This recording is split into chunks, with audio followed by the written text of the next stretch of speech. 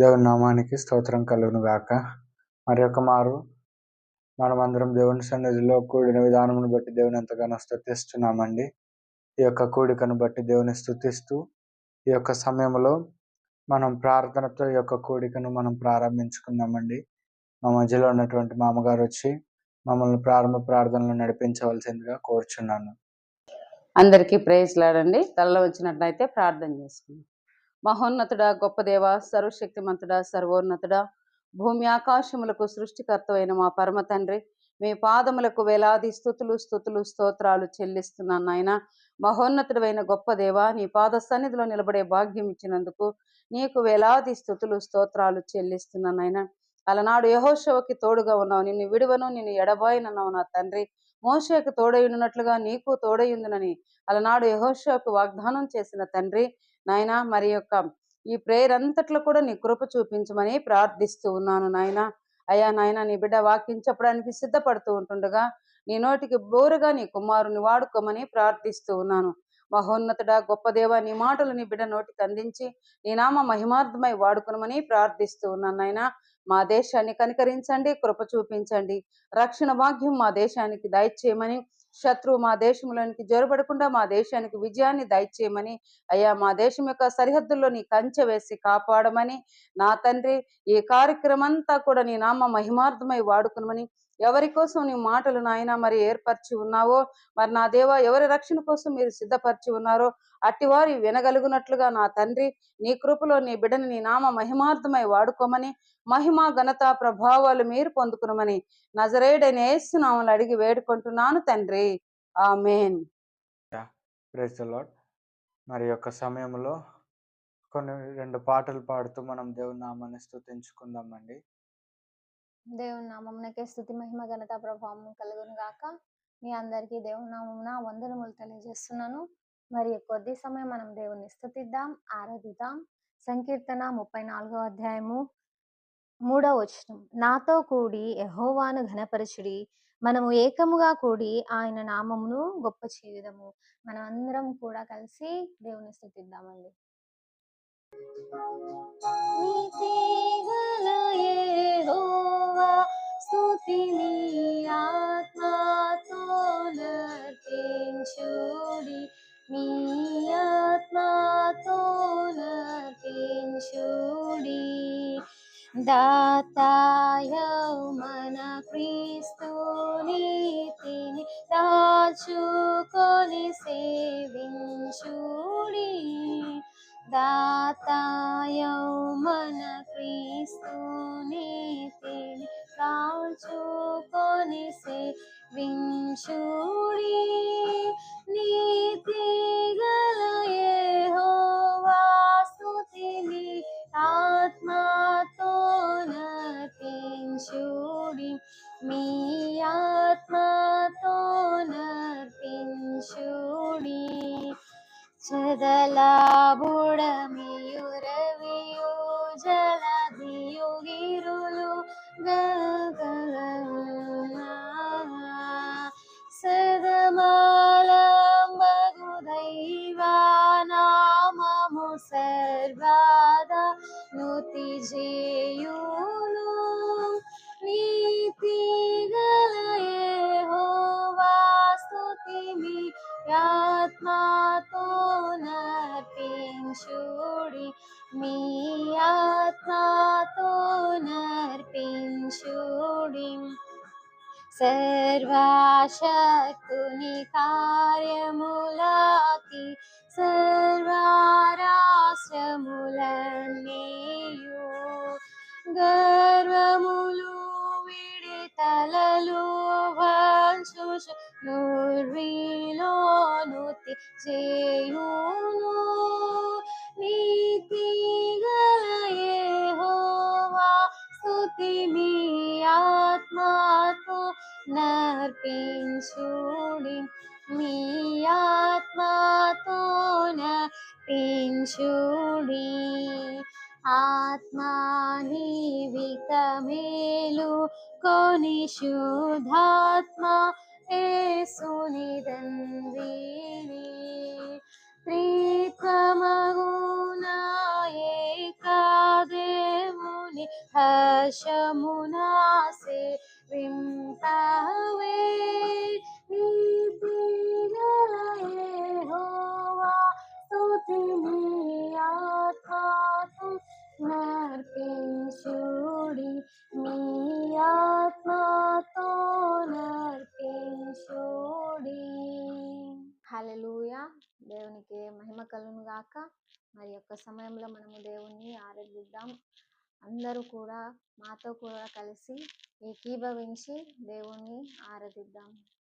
ఆశ్చర్యమైన ప్రేమ, కల్వరిలోని ప్రేమ, మరణము కంటే బలమైనది నా యేసు ప్రేమ అనేటువంటి ఒక పాటతో మనం దేవుణ్ణి ఆరాధిద్దాం. అందరూ మాతో కూడా కలిసి ఏకీభవించి ఆయన ఆత్మతో ఆరాధిద్దాం.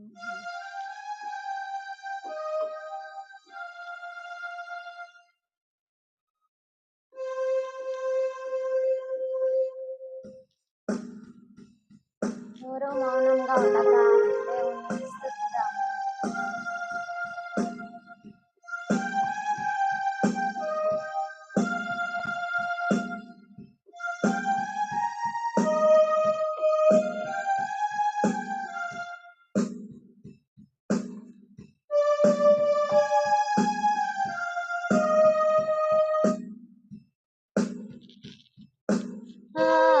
ఆశ్చర్యమైన ప్రేమ,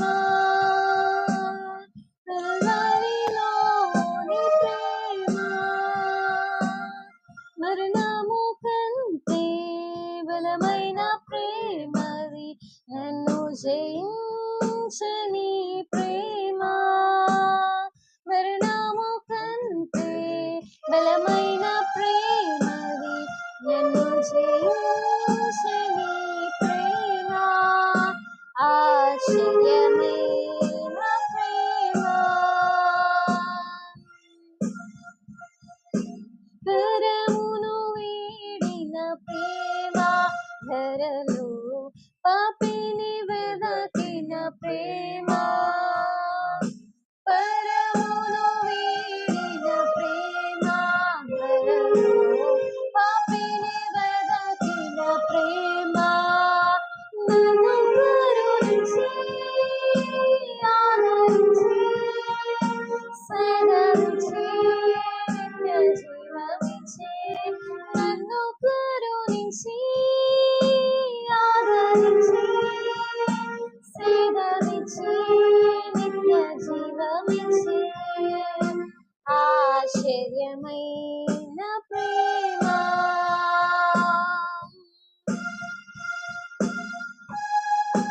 యేసుని ప్రేమ, సిలువలో పాపిని మోసిన ప్రేమ, చెప్తామా?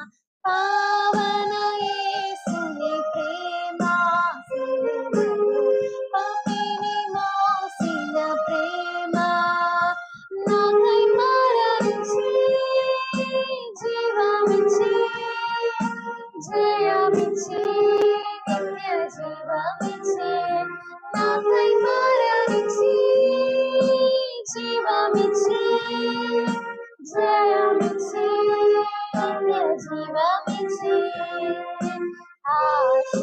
ఆశ్చర్యమైన ప్రేమ. నా స్థితి చూచిన ప్రేమ, నాపై జలిని చూపిన ప్రేమ, yes Lord. నా స్థితి చూచిన ప్రేమ, నాపై జలిని చూపిన ప్రేమ, నాకై పరుగెత్తి కౌగలించి ఓదాడి కన్నీటిని తుడిచి, నాకై పరుగెత్తి కౌగలించి ఓదాడి కన్నీటిని తుడిచి, ఆశ్చర్యమైన ప్రేమ, కల్వరిలోని ప్రేమ, మరణము కంటే బలమైన ప్రేమది, నన్ను జయించని ప్రేమ.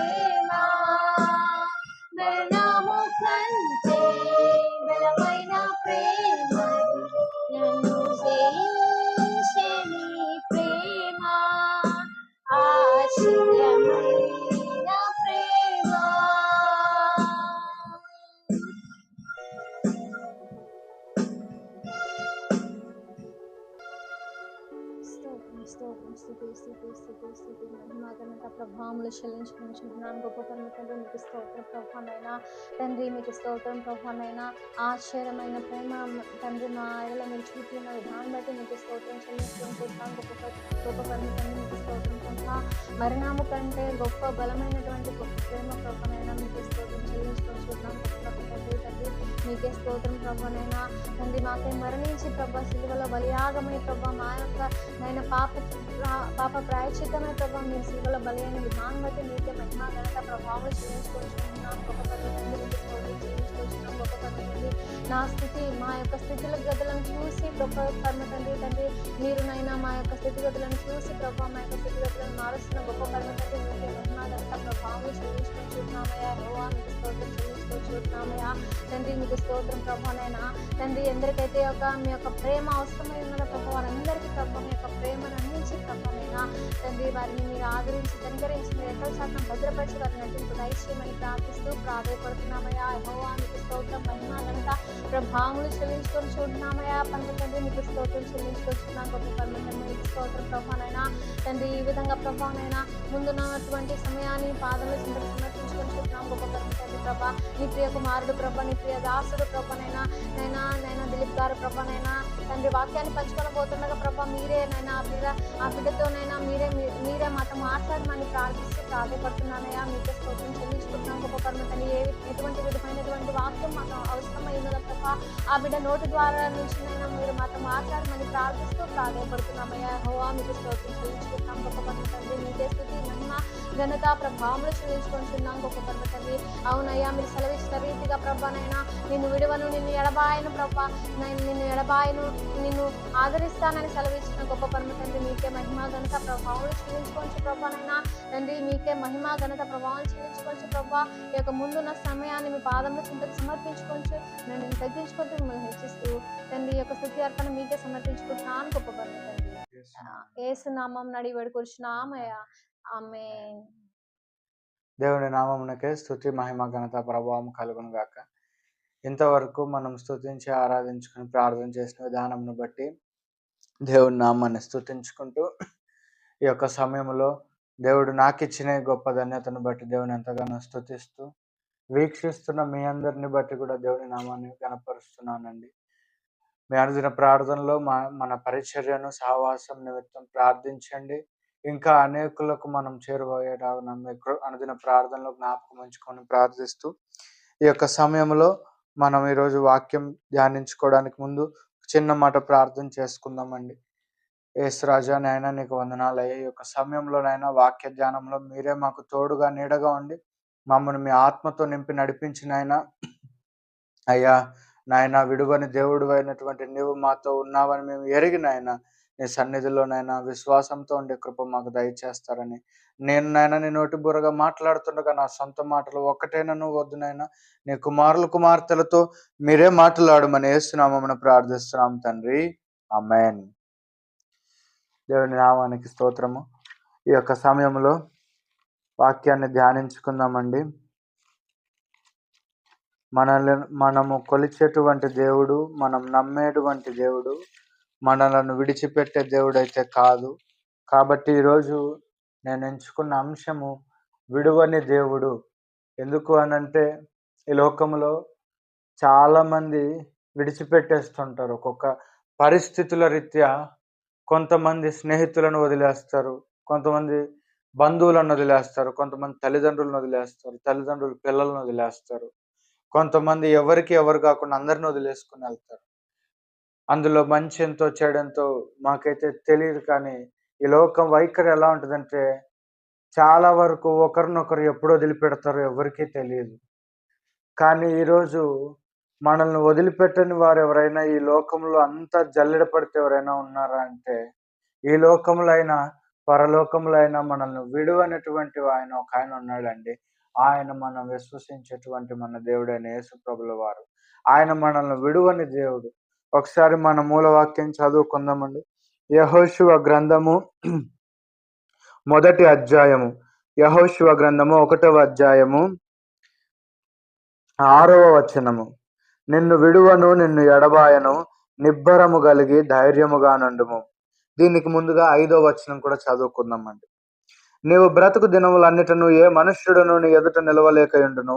నేను మోషేకు తోడై ఉన్నట్లు నీకును తోడై ఉండును. నిన్ను విడువను, నిన్ను ఎడబాయను, నిబ్బరము కలిగి ధైర్యముగా నుండుము. ఈ మాటలు యెహోషువతో దేవుడైన యెహోవా వాగ్దానం చేస్తున్నటువంటి మాట అండి. ఇది మోషేతో ఎలాగైతే నేనున్నానో నీతో కూడా నేను ఉంటాను, నిన్ను విడిచిపెట్టను, నిన్ను ఎడబాయను అని దేవుడు యెహోషువతో ప్రామిస్ చేస్తున్నాడు, ఒక ప్రమాణం చేస్తున్నాడండి. ఇక్కడ మనం చూసుకున్నట్లయితే దేవుని యొక్క సన్నిధిలో మనము ఆ రీతిగా ఆయన యెహోషువతో వాగ్దానం చేస్తాడండి. ఏమని అంటాడంటే, మోషేతో తోడై ఉండినట్లు నీకు కూడా ఉంటాను, నువ్వు ధైర్యంగా ఉండు. 2 మాటలు అంటాడు, నిన్ను విడవను, నిన్ను ఎడబాయను అంటాడు. ఈ లోకంలో విడిచిపెట్టేస్తుంటారు కొంతమంది. ఇందాక స్టార్టింగ్ లో చెప్పినట్లు విడిచిపెట్టేస్తారు కొన్ని పరిస్థితుల రీత్యా. ఎడబాయటం అంటే దూరం అవటం. ఇప్పుడు నాకు మీరు నచ్చలేదు అనుకోండి, చూసే వాళ్ళలో ఎవరైనా మీరు కనపడినా సరే మీ నుంచి నేను దూరం వెళ్ళిపోతాను, అది ఎడబాయటం అంటారు. విడిచిపెట్టడం అంటే ఏంటంటే, మీరు మా కళ్ళ ముందు ఉన్నా లేకపోయినా సరే మిమ్మల్ని నేను అసలు పట్టించుకొని చూశారు, అసలు మిమ్మల్ని విడిచిపెట్టేసి ఉంటాను, మీరు ఏమైనా అయిపోండి, మీతో నాకు సంబంధం లేదు, విడిచిపెట్టడం అంటారు దీన్ని. అయితే మానవులు ఒకరినొకరు ఎప్పుడు విడిచిపెడతారో తెలియదు, ఒకరినొకరు ఎప్పుడు ఎడబాస్తారో తెలియదు. కానీ దేవుడు అంటాడు, నిన్ను విడువను, నిన్ను ఎడబాయను అంటాడు.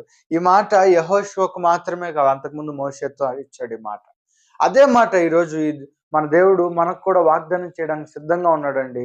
ద ఓన్లీ థింగ్ ఈజ్, మనతో వాగ్దానం చేయడానికి సిద్ధంగా ఉన్నాడు. అది ఫుల్ఫిల్ అవ్వాలి అంటే యెహోషువ వల్లే మనం దేవుని సన్నిధిలో నిలబడాలండి.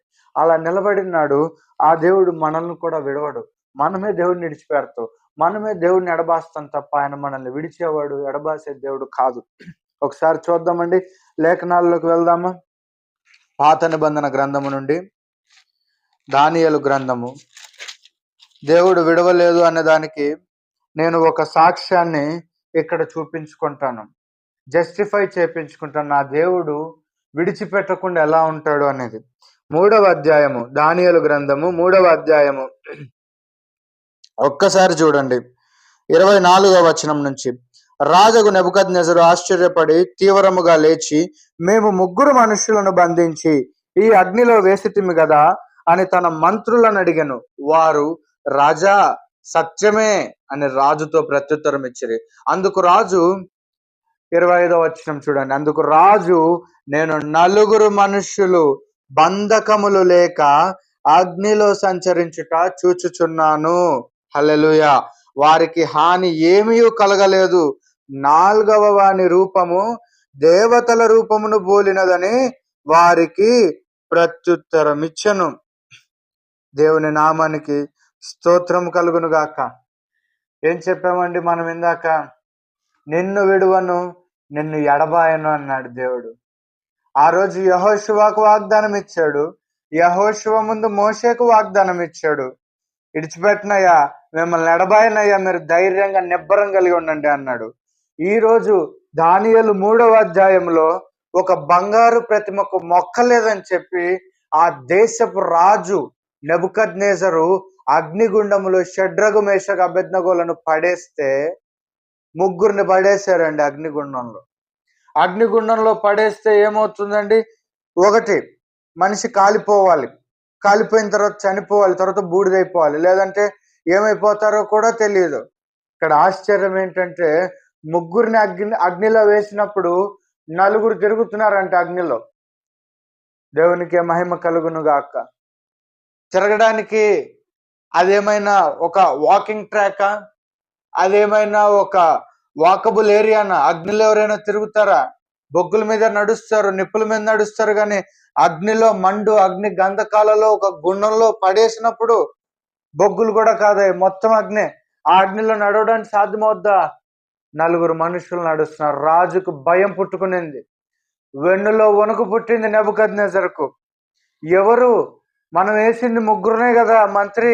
బహుశా ఫైనాన్స్ మినిస్టర్ అడిగాడో, లేదంటే డిజాస్టర్ మినిస్టర్ని అడిగాడో, లేదంటే హోమ్ మినిస్టర్ని అడిగాడో తెలియదండి. పక్కనున్న మంత్రులతో అడిగాడంటే 3 కదా మనం వేసింది అని కన్ఫర్మేషన్ చేసుకుంటుంటే, అవును రాజా ముగ్గురే కదా, మళ్ళీ నాకేంటి నలుగురు కనపడుతున్నారు. హల్లెలూయా. నాలుగో వారు ఎవరండి? వాగ్దానం చేసిన ఆయన. మనకు వాగ్దానం చేసిన దేవుడు మనల్ని వదిలిపెట్టడండి.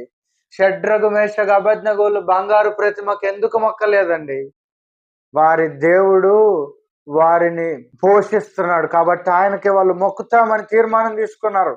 కాబట్టి వాళ్ళు మొక్కలేదు. వాళ్ళని అగ్నిగుణంలో పడేసినప్పుడు వాళ్ళు ఏ దేవుడినైతే మొక్కారో ఆ దేవుడు వాళ్ళని విడిచిపెట్టాడా? విడిచిపెట్టలేదండి. ఎక్కడ విడిచిపెట్టలేదు?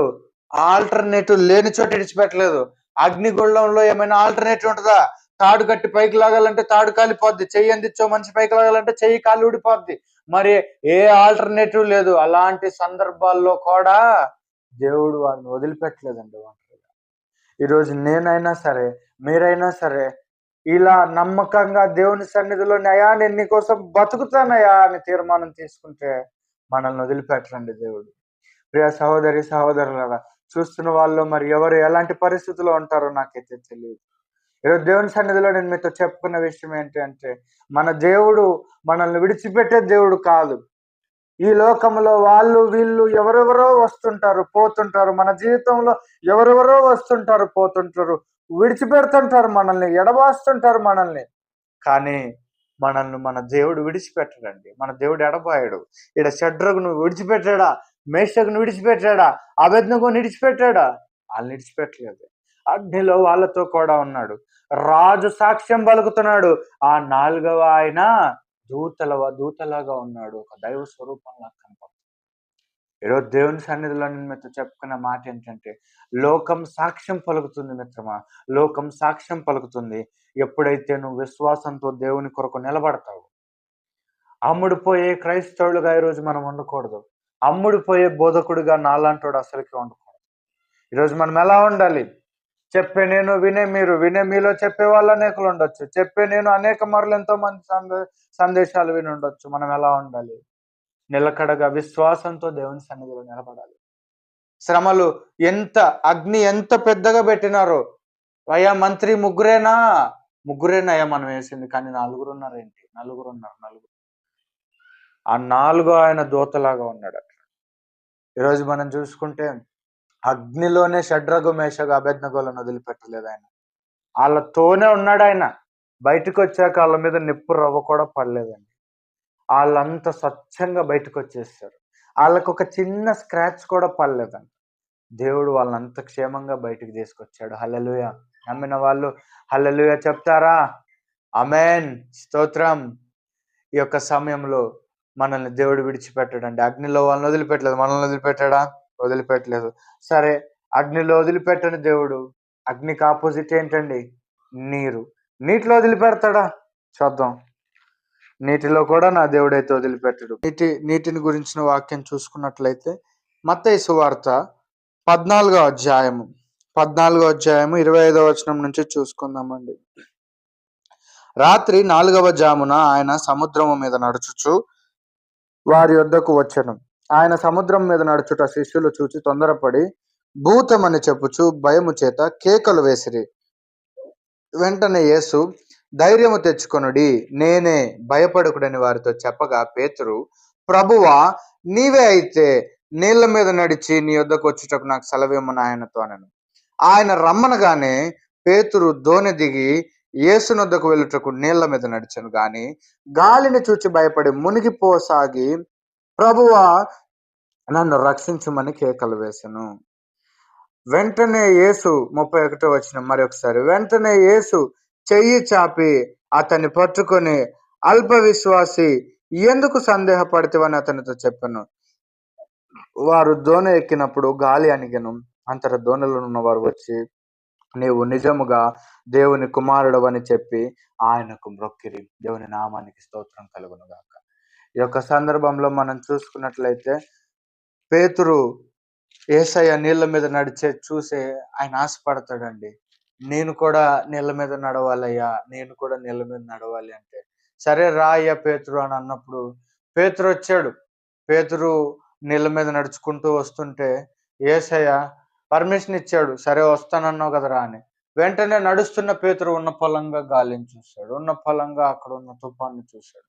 భయం పుట్టుకునింది తన మనసులో. మనలాంటి ఒక మనిషి కదా పేతురు అంటే. భయం పుట్టుకునింది. భయం మొదలైనాడు ఆయన నీళ్ళల్లోకి దిగిపోవడం మొదలు పెట్టాడండి. మునిగిపోవడం మొదలు పెట్టాడు ఆ నీటిలో.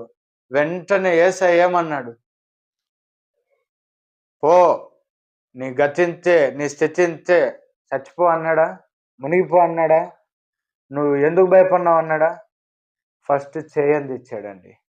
చెయ్యి చాపి పేతురుని లేపాడండి ఆయన నీటిలోంచి. ఆ రోజు షడ్రగు మేషగు అబేద్నెగోలను పవిత్ర గ్రంథంలో వారిని గురించి రాసిన లేఖనాలలో అగ్నిలో వేసినప్పుడు వారిని వదిలిపెట్టాడా? వదిలిపెట్టలేదు. నీటి మీద నడిచిన పేతురు మునిగిపోతున్నప్పుడు ఆయన వదిలిపెట్టాడా? ఆయన వదిలిపెట్టలేదు. ఆయన అగ్నిలో తోడై ఉండే దేవుడు, నీటిలో తోడై ఉండే దేవుడు. ఆయన మనల్ని ఎక్కడ వదిలిపెట్టడండి. ముఖ్యంగా గమనించుకోవాల్సింది ఏంటంటే, అగ్నిలో ఉన్నారు షడ్రగు మేషగు అబేద్నెగోలు అంటే వారు అగ్నిలో లేరండి, వాళ్ళు శ్రమలో ఉన్నారు. అగ్ని అంటే ఏంటి? శ్రమ. శ్రమలో ఉన్నారు వాళ్ళు. శ్రమలో దేవుడు వదిలిపెట్టాడా? దేవుడు మనకి ఎప్పుడు తోడై ఉంటాడు. నాకు కష్టాలు ఉన్నాయి, నాకు శ్రమలు ఉన్నాయి, దేవుడు నన్ను వదిలిపెట్టాడు అని అనుకోకండి. నాకు కూడా అలా ఎప్పుడైనా అనిపించినప్పుడు దేవుని సన్నిధిలో ప్రార్థించుకొని విశ్వాసం పొందుకుంటాను. ఆ రోజు అగ్ని అనేది ఒక శ్రమ. ఆ శ్రమలో దేవుడు వారిని వదిలిపెట్టలేదండి. ఆ తర్వాత పేతురికి నీటిలో మునిగేప్పుడు నీరు అనేది కూడా ఒక శ్రమే. ఆ నీటిలో మునుగుతున్నప్పుడు ఆ శ్రమలో అయిన వాళ్ళని వదిలిపెట్టాడా యేసయ్య? పేతురుని వదిలిపెట్టలేదు. చేయి చాపి పైకి లేపాడు. ఈరోజు నాకు వినే మీకు నెంబర్ ఆఫ్ అనేకమైన శ్రమలు ఉండొచ్చు, ఎన్నో ఇబ్బందులు ఉండొచ్చు, పర్సనల్ ప్రాబ్లమ్స్ ఉండొచ్చు, చెప్పుకోలేని ఎన్నో విషయాలు ఉండొచ్చు. అయితే అవన్నీ మనకు శ్రమలేనండి. మానవ జీవితము శ్రమలతో బిల్డప్ చేయబడుతుంది. అయితే మనం జ్ఞాపకం ఉంచుకోవాల్సిందంటే, శ్రమ దినమున నేను కృంగి నెడల చేతకాని వాడనగుదును అంటుంది.